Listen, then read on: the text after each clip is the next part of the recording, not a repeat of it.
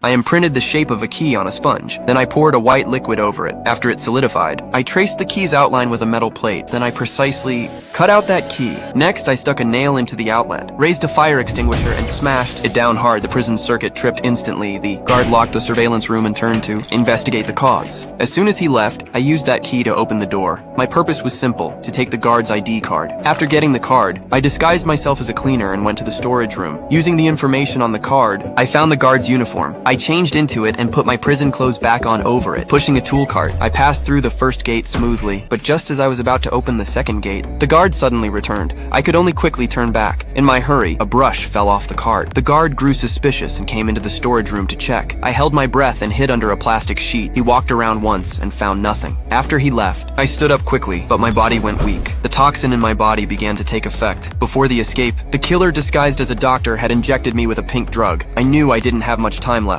I gritted my teeth and rushed through 2 gates, finally reaching the entrance to Block B. Have to find a way to sneak in there and utilize the ventilation ducts. I forced myself through the pain and opened the most critical door. Then I quickly took off my prison clothes. If I could crawl through this vent, I could get outside the prison.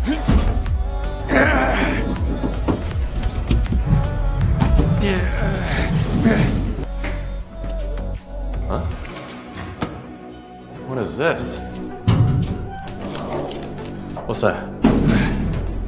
Huh? Something up there?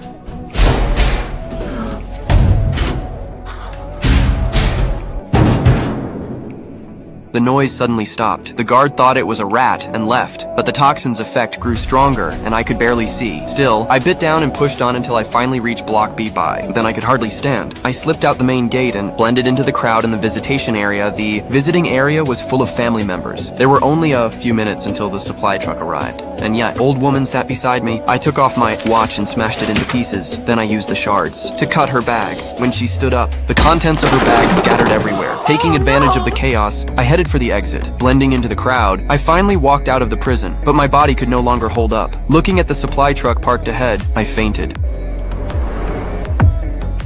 By that time, the prison circuit had been restored. The captain pulled up the footage and tracked the playback. He saw my movement in Block B and followed the trail through the vents, finally arriving at the visitation area. Right out through the main gate. When I woke up, I found myself back in prison. Clothes. The escape had failed. That pink injection was rat poison. Someone never meant for me to leave the prison alive. And another thing, if those rumors are true, that you changed clothes, used the blind spots to reach the gate, and even managed to get outside, escaping does seem possible after all. Nobody ever thinks of just walking out the front door. The captain didn't blame me. Instead, Walking out the front door. the captain cunning I had shown during the escape. I had escaped danger for the moment, but I knew the danger wasn't over. The prison boss, with his men, rushed into the infirmary. I sensed something was wrong and hid quietly.